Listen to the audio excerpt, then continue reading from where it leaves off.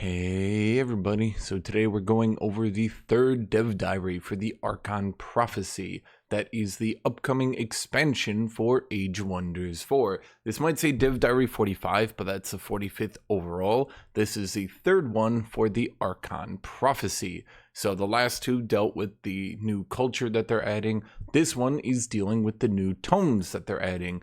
Unlike many of their other expansions, this expansion is adding 4 different tomes. The theme of the expansion seems to be order and shadow, so this dev diary is going over the order tomes. The next one will presumably be going over the shadow tomes, though don't quote me that they're shadow. It's like 99% likely that they're shadow tomes, but I actually don't work at the company, so I don't know definitely. I can only make a well-educated guess. So for those of you guys who don't know, developer diaries it was popularized by Paradox way back in the day. I like explaining this in every one of these videos so people know what these actually are, so that they don't make the same mistake I see a lot of people doing, assuming that this is end of design content, that these are final numbers, that this is final design. None of this is final. This is all developers trying to build up hype and presumably get feedback for upcoming content. So they reveal a lot of this stuff, they get feedback, they often make changes, and then a lot of times what we see go into these dev diaries comes out slightly differently. So if you go onto their forums, right now I'm on actually Steam, not on their forums. I don't know why I did that, but I did that, so here we go. If you go on their forums and post feedback or give ideas or anything like that, if there's one like universal feedback and everybody's giving it, they'll likely make changes. But these actually do seem to be pretty well done. I, of course, did read through all of this, so I don't sit here going, as we go through it. So these are the first 2 tomes. They do look pretty strong, pretty powerful, but let's go through it. Hello, my name is Lewis. I'm a senior designer here at Tome Studios, and I will be telling you about the tomes for the Archon Prophecy expansion, coming on the 12th of August. In this first dev diary, I will be going over the Tome of Virtue and the Tome of Prophecies. So this will be coming out next month. Okay, I keep forgetting that August is next month. First one is Tome of Virtue. This is a pure order tome. In the past, most of the tomes they released were dual cultured for everything, but I actually think personally dual cultured tomes aren't always the best idea. Although it does allow most builds to use them in one way or another, I don't think that most builds should be able to use most tomes. The more diverse you make things, it can often lead to less diversity, because if anyone can kind of opt into using any tome, then you inevitably lead into a situation where basically the best tomes are in every build, which means that by increasing the amount of diversity in the game, you actually reduce the amount of diversity in the game, because all anybody's doing is choosing to go over the best tomes. Now, Tier 2, you don't actually have any requirements to it, but because it only gives order affinity, this means that it does restrict you a little bit more into your build choices. So, at any rate, the Tome of Virtue does look to be a very strong tome for a Tier 2 tome. Now, of course, I do think Tier 2 tomes have overall been pretty weak in Age of Wonders history.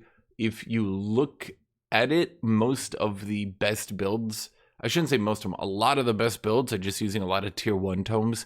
Tier 2 tomes seem to be in this weird place where all of them want to be very niche tomes, doing like one thing, and that thing they do isn't even that amazing because they're only Tier 2 tomes. Tier 3 is like when the big power starts to hit, right? So Tier 2, they often don't really have that much power. So a lot of people just stick and just get 4 Tier 1 tomes and just stack the unit enchantment buffs. So the new Tier 2 tomes I've added, this expansion, the last one, the Tome of the Dungeon Depths, and then this one, the Tome of Virtue, do look to be pretty strong, which I don't entirely think is a bad thing. I do think people should actually be going and using Tier 2 tomes. And at some point, the devs should probably actually go back and tone up some of those Tier 2 tomes so they actually do beat their Tier 1 compatriots, but that's a little bit off topic. Anyway, let's talk about this. The Tome of Virtue is a Tier 2 pure order tome that is all about fighting back in the toughest of moments and being able to pull through. There'll be 2 units to help you in your fights, the Paladin and the Vigil. So the Paladin is a shield unit. I've talked about how bad shield units are. I'm not going to try to spend too much time on it, because every time I call shield units the worst unit types, inevitably I get somebody going, well, actually, well, they are. If you ranked all the unit types, and you said overall, which one would be at the bottom? Would you put charge unit at the bottom? Of course not. Would you put pole arms at the bottom? Of course not. Would you put support at the bottom? No, you wouldn't. What would you put at the bottom? If you were forced to rank every single unit type, you would put shield units at the bottom. We all would, because they're just the worst unit types. Now, of course, their problems are they generally have -2 damage on their melee strikes. Their only real bonuses are shield wall, which tends to get AoE'd by magic, and their shield ability in front of them, where they get +3 defense in front of them. Shield wall I should say defense mode shield wall tends to not be that great because you don't typically want to end in defense mode, and then having defense against people in front of you also tends to not be that great because it's quite easy to flank around them. So I think shield units just overall have been the worst units in the game. Now the Liege Guard did pretty good from the last expansion, and I think the Paladin will be pretty good from this one. So I'm hoping the devs have kind of, like, shield units overall are just going to be a bit weak, and they need to have a strong kit to make up for that, which the Paladin will. If we look at the base stats here real quick, ignoring that 3 defense from the shield, it is 90 HP. A lot of the better shield units have had 100. I think the Bastion and the Liege Guard have 100. He's got 90. But the Paladin is kind of a shield/support hybrid. They're in the shield unit class, but they are also kind of trying to be a support unit. I wonder if in the future we'll ever actually have a unit with 2 different classes. That'd be interesting. But at any rate, it's got Smite, it's got Lay on Hands, it's got 2 abilities here. Now, it does not have Zeal. We can see over here the Vigil does have Zeal. This unit doesn't have Zeal. I was a bit worried when I looked at its melee strike that it was going to have Zeal preemptively. There are some units like that. The Pyre Templar and I think the Zealot have Zeal on them by default. So if you went into Tome Zeal and you got the Zeal enchantment, it actually wouldn't buff them because you can't stack Zeal with also Zeal, right? So this unit doesn't have Zeal, so if you did get the Tome Zeal, that would affect it. I was just worried about that because, like, if you went Tome Zeal and then you went Tome Virtue, then this unit would effectively have -2 damage. And since it's already lacking 3 damage of a tier 3 unit, I was thinking to myself, like, wow, that could be really bad. But no, it doesn't have Zeal. That's a bit of a rant for people. I want to explain that because that's what I thought, so maybe some of you guys would think that too. Although maybe some of you guys don't think that deep. At any rate, instead of having the 16 damage of a tier 3 unit, it would have 14 damage for being a shield unit, which is pretty bad. But then it doesn't even have the 14 damage, it is 13 damage.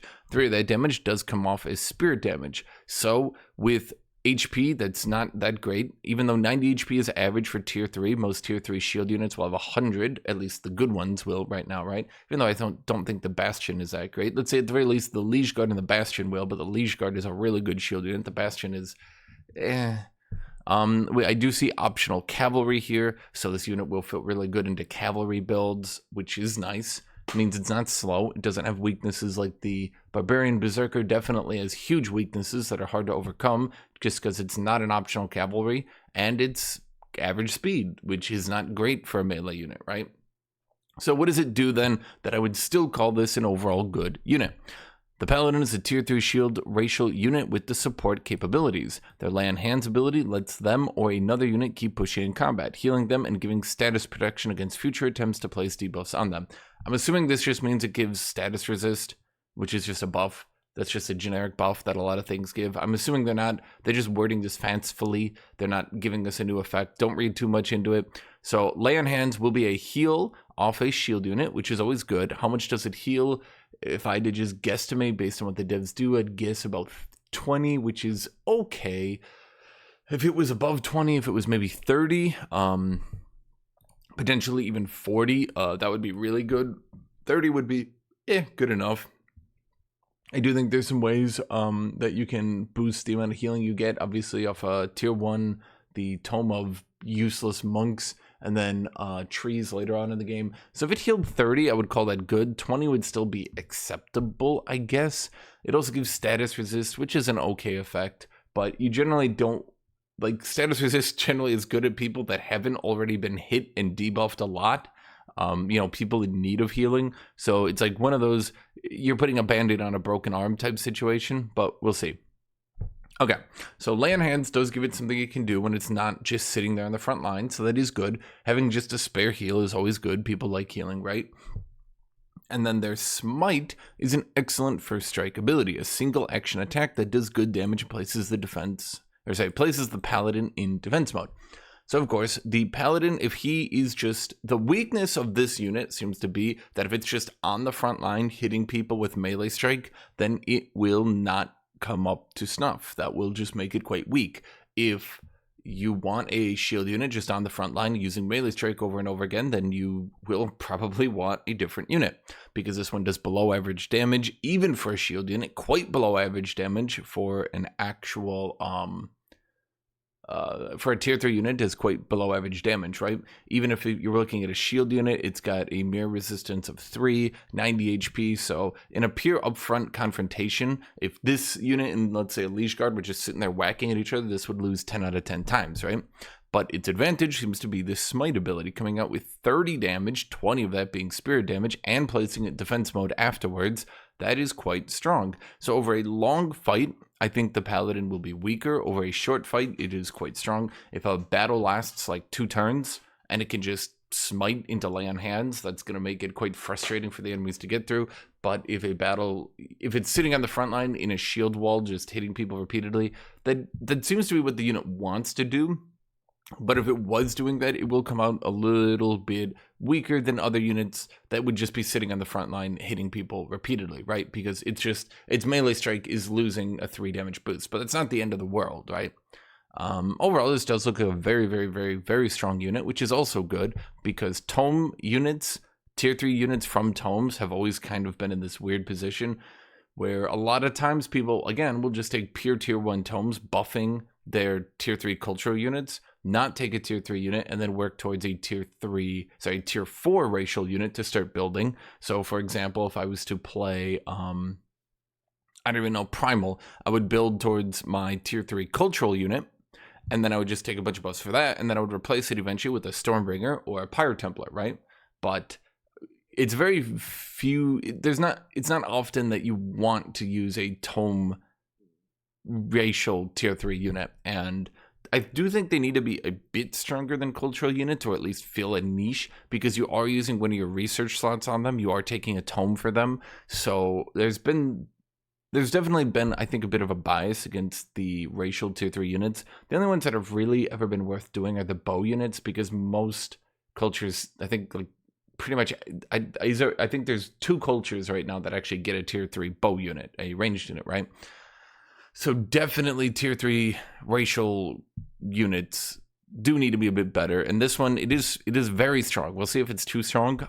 But it's at the very least, it's looking strong enough that I would want to use it. Does it look game breaking? No, I don't think it looks game breaking, but it looks like it could be very difficult for enemies to deal with, especially if they don't have a front line. Now, a lot of times in, let's say, fantasy games, the Paladin tends to be your tier 4 or tier 5 giga crushing unit. This is a tier 3 efficient unit, and unlike, let's say, Dungeons and Dragons, where the Paladin is often out damaging the warrior while also buffing everybody around them, while also having like Omega Alpha strikes, while also being able to heal, while, you know, instead of doing all of that, the Paladin is obviously he's not that great against magic, coming in at only 3 resistance. The Liege Guard, I think, has, 4 resistance and then a 5 on his shield if he's being hit from the front. So the Liege Guard is, like, quite tanky if you're trying to bash in him from the front, right? This guy, if he was to fight mages, he wouldn't really do that great. He obviously excels better against physical damage enemies, but because he has a shield unit, that makes him quite weak into charge units. But it also does mean that if he was to fight a charge unit, he could use Smite, and although he will be removed from defense mode after being hit, he will be in defense mode for at least that hit. And if you put him on a cavalry, then he's going to be a fast dude who can get easily into position, smite enemies, put himself in defense mode. That is really interesting because that allows you to use racial traits like Bulwark a bit more often. You could do a defense mode build and scale it into late game maybe a little bit better, although, I mean, well, let's say later into the game. Currently, defense mode builds tend to fall off like after like tier 1 or 2. Right now with the Paladin, you could at least keep it going to tier 3. I don't think there's any tier 4 units where sitting in defense mode would ever be viable. But at the very least, if you're doing like a Bulwark build and you just wanted to have these giga tanky defense mode units, you could use a Paladin to keep that going now for a little bit longer. overall, I mean, it's a very strong unit is all I can say. So we'll see where it goes. Definitely just being weak to enemies sitting there beating on it. When I look at the Avenger, that's another tier 3 unit from the Oathbound culture. Is it called Oathbound? Oathsworn maybe. God, there's so many different games I play. I know I mentioned this a lot. There's so many different games I play, and there's so many different, like, very similar concepts between those games that sometimes my brain, it's like fluttering in between. It's like, bro, is it spirit damage or holy damage or pure damage or? And I'm like, I don't know, brain, tell me. So anyway, Paladin looks quite strong. Now, the second unit is, of course, the Vigil. The Paladin is built in your cities. The Vigil is summoned down. The complementing the Paladin then comes down to the Vigil. I did mention it can sit on the front line. It's good in alpha strikes. So who is it sitting on the front lines for? Who is it alpha striking for? Who is it tanking for? That would be the Vigil. Now, the Vigil is a summon unit, so you would need lots of world map casting points to summon down a lot of them. There's a tier 3 battle mage, not a mythic, tier 3 battle mage.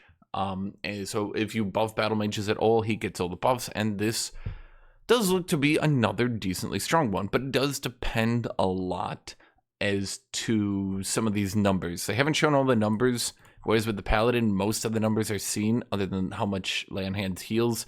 The Vigil, we don't see the numbers. Now, it starts to come in quite squishy. So it's very much a glass cannon unit, but it does look to be an, what do they call it? The Vigil is the first new angel type unit you will gain access to. So I'm going to assume it's flying, just based on what my eyeballs are seeing here. I do also see, I believe that's a flying icon right there. Sometimes I scare myself with how much stuff I just know off the top of my head about so many different games. I see 40 movement speed, so this is a relatively mobile battle mage, but he is coming in quite squishy for a tier 3 unit. I think this is about average for a tier 3 battle mage, but that does mean that he is quite squishy. Of these effects we see here, Zeal, so you won't be able to double buff it with Zeal. I do believe there's a tier 4 tome that can give Zeal to battle mages.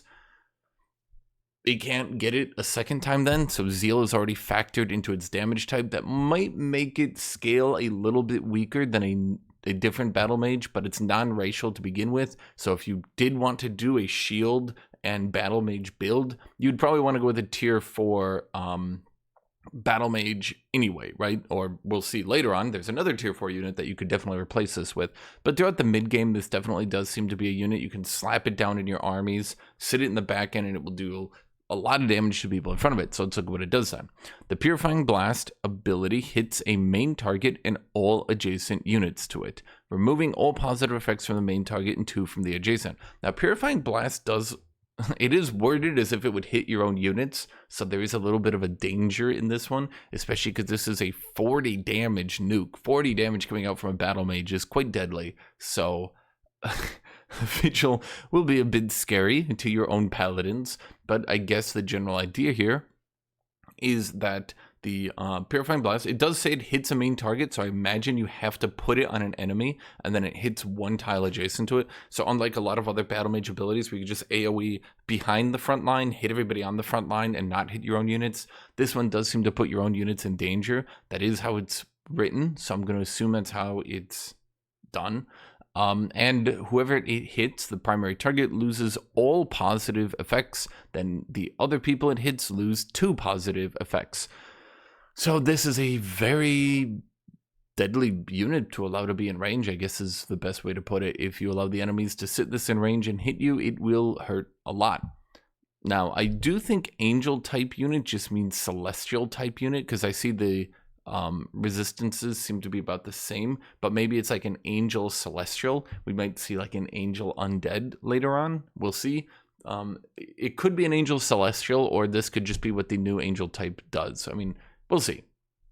Okay, so Vigil, I don't have to talk that much about him. He's pretty big, high damage. This guy's pretty low. Well, actually, he's pretty good damage as well, but only on 1 turn.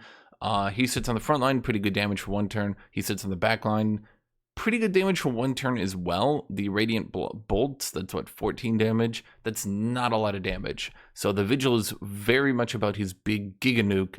If he's actually going down to Radiant Bolts, he's not going to be doing very much. Okay, the one advantage of the Paladin, though, it does do mostly At least with Smite, it does mostly magic damage. So it will have an advantage against other shield units in that it will be doing a lot of magic damage to bypass the shield. But I still think the Liege Guard would take it. Probably in a 1v1. I do think there would be... There's definitely a little bit of an issue with how much land hand heals. But I think the Liege Guard overall will beat this guy in a 1v1. But he'll tank better. So, Virtuous Spirit is a minor transformation, this is a racial transformation, that enhances the units of your culture to be stronger and sturdier. They gain spirit resistance, and when dropping below 60% of their health, they gain defense and resistance, as well as ignoring part of their casualties, which would otherwise reduce their damage. So I did word this a bit wrong, and unless they worded it wrong intentionally, I think they just worded it wrong. This doesn't enhance units of your culture, it enhances units of your race, because that's what minor transformations do. They buff your entire race. So presumably they didn't give you a minor transformation that doesn't buff the paladin. I just presume they didn't do that because that would be silly. I think they just worded it wrong. That's it. So it does look pretty good.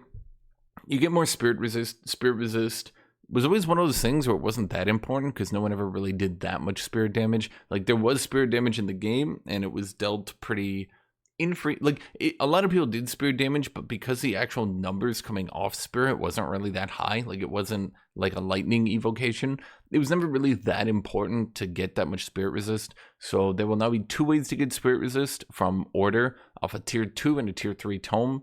So I mean, we'll just see where that goes.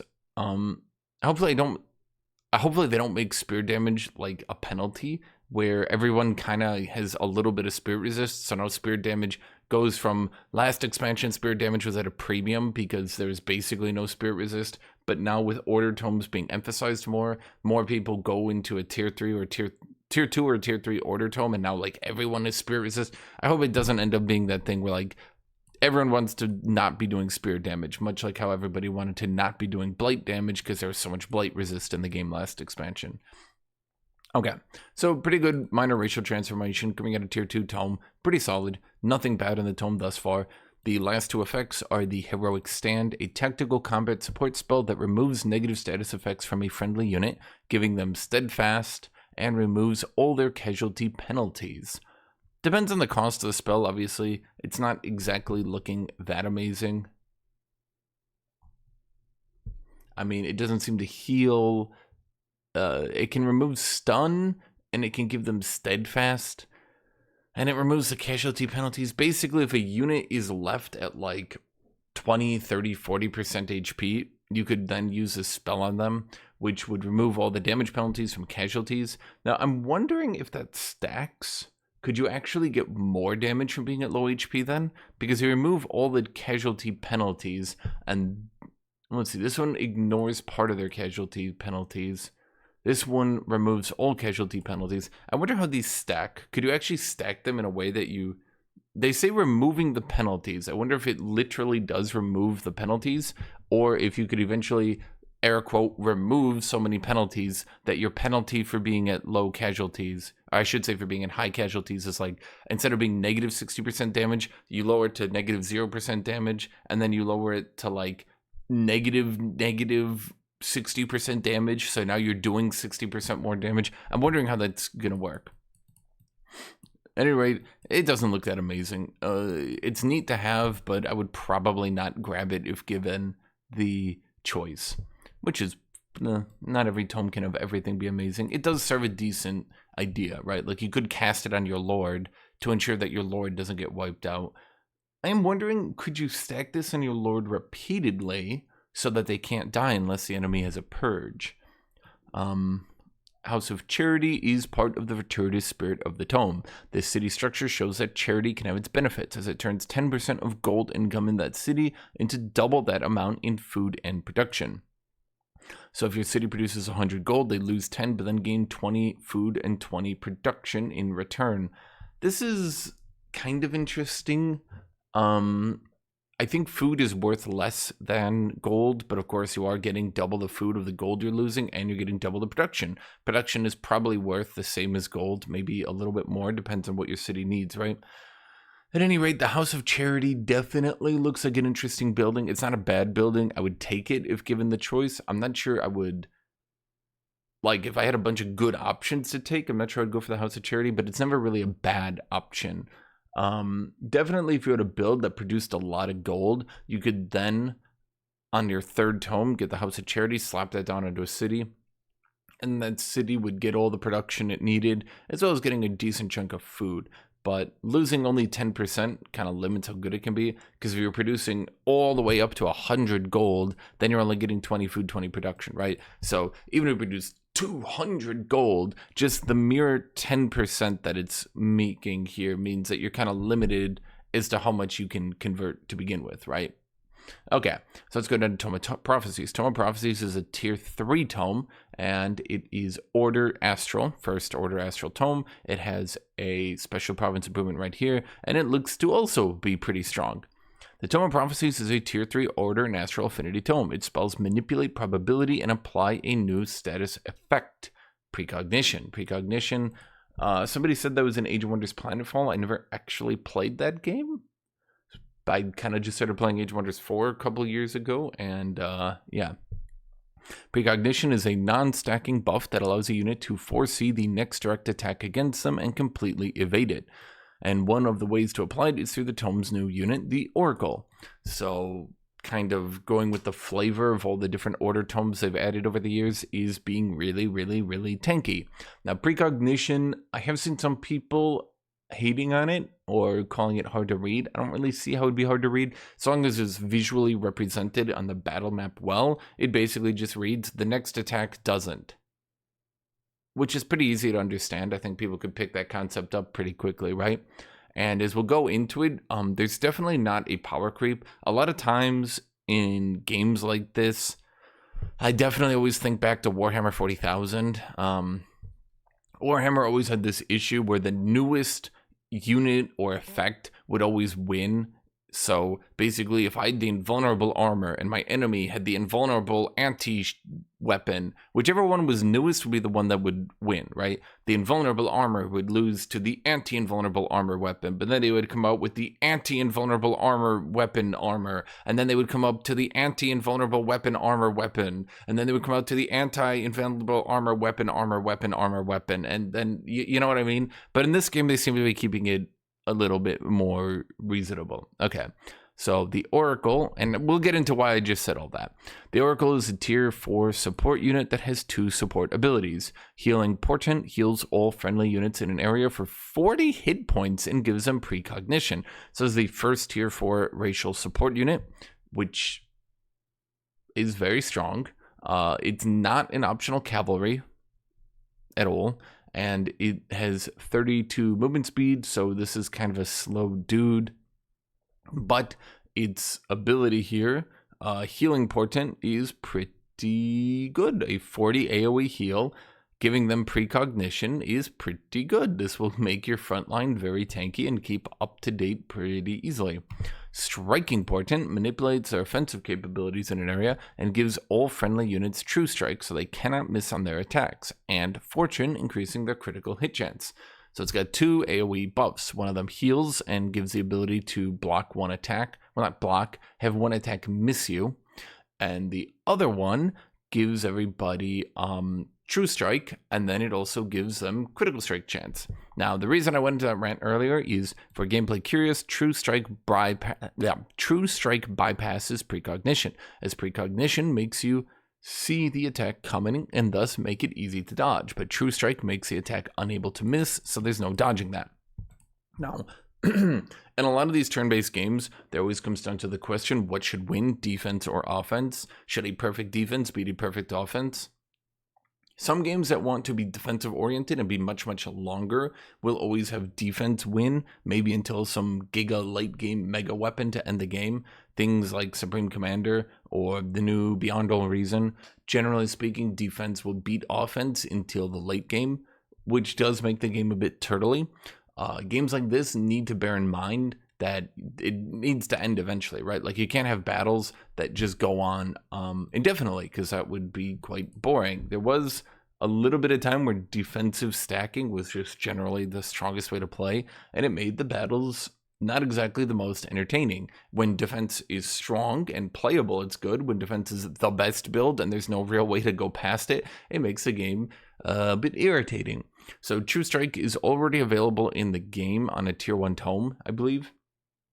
A bit sparingly, but this, of course, is a way to also give True Strike. Now, True Strike bypasses precognition, because precognition means that you dodge any attack, but True Strike makes your attack undodgeable. So it just says no, just slaps it, just no. So offense rules over defense, which is probably a good thing overall, but could lead to some defensive players being a bit frustrating. Okay, there's 2 unit enchantments in this tome. The first one is Faded Projectiles, giving range units an increased critical strike chance, and Faithful, reducing their upkeep, and probably the coolest arrow enchantment particle effect in the game right now. That's a visual they're showing. So this tome does buff range units. Range units have kind of been the odd man out of a lot of these expansions. They got Projectiles of Calamity a bit ago, which helped them out a little bit. But other than that, a lot of these expansions, like, it's literally the SpongeBob meme of Squidward sitting in his house looking out at SpongeBob having fun. It's range units. A lot of times it's like, we buffed battle mages, they're amazing. We buffed melee units, they're giga tanky, and range units are like, woo! So range units are going to get a bit of a love here. Increased critical strike chance and Faithful. Faithful allow them to synergize. If I'm remembering it properly, Faithful should be the ability that allows them to synergize more with like Pyre Templars and that tome and stuff like that. So that'll be good. Over here, we have the second unit enchantment, is the Prescient Circlets. This enchantment applies to all melee type units and gives them a reliable way to gain precognition, granting it to units whenever they enter defense mode. They say mod, but I'm going to assume they mean mode. So, as I was mentioning earlier, builds focused on sitting in defense mode for more than just your first turn have not really had the ability to scale. There obviously comes down a time into the late game where it just doesn't really help you anymore. This is a way to allow units to sit in defense mode and do a bit more. This is probably a bit frustrating for charge units who only have 1 attack, because if their enemy just keeps sitting in front of them in defense mode, then they'll never actually be able to hit. But it only applies to melee units, and there's a lot of ways to deal with it. Let's say if you just have 2 people hit 1 target, right? So this is definitely a very strong enchantment, but all it does is give you defense mode when you sit in defense mode, unlike the Tome of is it Prosperity? Yeah, it should be Tome of Prosperity. Gives you the unit enchantment for melee where they gain grace each turn and they get 2 resistance. This one looks to only give them precognition when they enter defense mode. They don't say it does anything else. There's no buffs. There's nothing like that. So this is not, if you're not sitting in defense mode, it doesn't actually help you. And if you can knock away the precognition easily, then it's really not doing very much. But it is very strong. And of course, as I just said, the right situation where charge units will be sitting there just going, huh, as they can't, like their first attack is just going into the wind, right? So the other spells that unlocks from the tome are Battle Divination, a combat spell that has 3 phases. When cast, it gives all units 25% chance to evade ranged attacks. I'm going to assume each of these last for 1 turn. On the following turn, it gives all your units precognition. When it ends, so it does 3 turns, right? It's a battle spell. Turn 1, all your units get 25% chance to evade range. Turn 2, all your units get precognition. Turn 3, all your units get 20% damage for that turn. So it's kind of interesting, I guess. It's not exactly that powerful on any particular turn. The precognition turn is probably pretty strong, but I don't think precognition will stack. Maybe it stacks. Maybe you could have like 5 stacks of precognition. I don't know. The way it reads to me reads that it doesn't stack. Grace stacked to 5. That was nerfed to 3. If precognition stacks, it'll end up being pretty annoying to deal with, but it doesn't seem like it stacks. The way they word it and the way they talk about it doesn't seem like you could have 3 stacks of precognition. It seems to just be 1. So overall, it'll be strong, but I don't think it should be that amazing. It should be a decent spell off a tier 3 tome to use. There's obviously, I do think a lot of the spells in the game right now are a little bit weak, which can often lead to you not having really any good spells to cast in the mid-game until you get some of those late-game spells. So I would like to see a little bit better mid-game spells that could be useful. The Siege Project Foresee Downfall gives all your units precognition and a critical chance increase for the duration of the battle. It also gives all your enemies in that siege a chance to fumble until the battle ends. So that ironically does have some synergy with Misfortune, the debuff. Misfortune's one of those weird debuffs that's never really been good and has never really been good, and could maybe use a little bit more help in actually being a good debuff, either by directly buffing it or giving it some sister buffs, let's call it that. Or I should say maybe some sister debuffs, where more units have a chance to fumble, maybe a way to buff your units that anyone that attacks them, enemies have a chance to fumble. I don't know. At either rate, yeah, Misfortune's never really been that good. This is one of the only things I've seen that actually directly helps Misfortune. Temple of the Prophet is a simple special province improvement for your cities. It's a conduit. Conduits aren't that great, so let's keep that in mind. A conduit that grants mana, shocking, and gains additional knowledge for each adjacent conduit to it. So it seems the devs have maybe heard me say conduits are the worst province improvement enough times that they've decided to actually do a build about all conduits. Now, I don't think this is going to make a conduit build good, but it's nice to have an option, I guess. It really depends on how much knowledge do we get. Do we get 5 knowledge per adjacent conduit? Probably not worth going to conduit heavy. Do we get 10 knowledge per adjacent conduit? Then maybe we could actually try to do a conduit build. But just because of how cities work, you always want to specialize your cities into the Scholars Guild. Just because of how that works, the research labs will always generally be the best, and because of how conduits are really not that good, they'll generally always kind of be the worst, because there's a certain limit as to what you can do with mana. Late game, having 10,000 mana doesn't do you any good. You could have death magic, and you could have revive, and you could be spending 150 mana every combat turn, but then when you think about it, if you're floating like 6,000 mana late game, do you really want to revive your entire army for 40 combat turns in a row? I think you might win the battle before you reach that, right? That's all for now. Hope you're looking forward to the release of Archon Prophecy on the 12th of August. In the meanwhile, I will see you next week to go over the Tome of the Archon and Tome of the Revenant. So I'm going to assume, here's my speculation, if you want to call it that. I'm going to speculate that based on the fact they said it's the first of the new angel units, and we're getting the shadow, I'm going to assume the shadow tomes in next week. I'm going to assume that next week we might see some shadow angels. So I'm going to assume this is like the good angel, and next week we see like a shadow angel.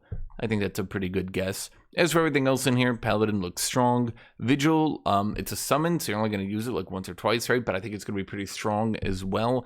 Down here, of course, we have the tier 4 support unit. I probably didn't talk about him too much, but he does look really strong. Support units have definitely been in that weird category where there's not enough support units in the game. They cap out like a tier 2. Now we have a tier 4 racial unit usable in a lot of different categories. I definitely do like that. We also have a tier 3 support unit coming through the new culture, so support units are being buffed. I would like to see the support researches toned up a little bit, because again, I did mention this in a couple of my videos, because support researchers tend to only buff 1 or 2 units per army, whereas like if I'm buffing melee units, I might have 3, 4, 5 melee units in an army. So the support unit researchers need to be really, really, really strong, because they're only buffing like 1/3, 1/4, or even 1/5 as much as just directly buffing melee or range or battle mages would buff, right? So like they need to be outputting like 3 times their workload. Now, that could make them too strong if you do an entire support unit army, but I'm not sure we've ever reached the point where an army of entire support units has ever been viable or doable. Maybe a tier 4 support unit will do it, but even then, if we look at his stats, 100 HP, 3 defense, 5 resist, this is a pretty good defensive lineup. 9 resist is also a pretty good lineup right there.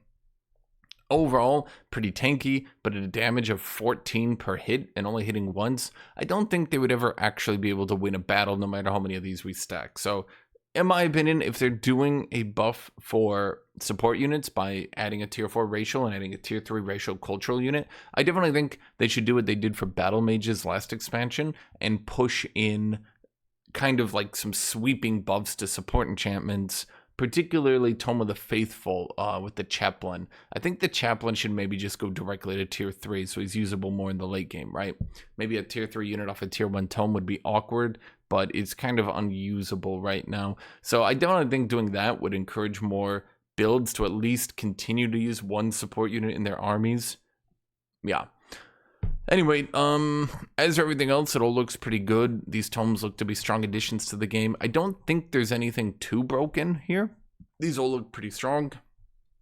And these could change some builds and add some new builds. It definitely looks like builds centered around sitting in defense mode, at the very least with more units than none, would continue to be viable into the late game. So we'll see what happens. As for everything else, thank you all for watching. Thank you all for being here. Make sure to like. Make sure to subscribe, leave a comment down below on all of your thoughts. That helps me out a lot. And as always, I hope all of you have a great rest of your day.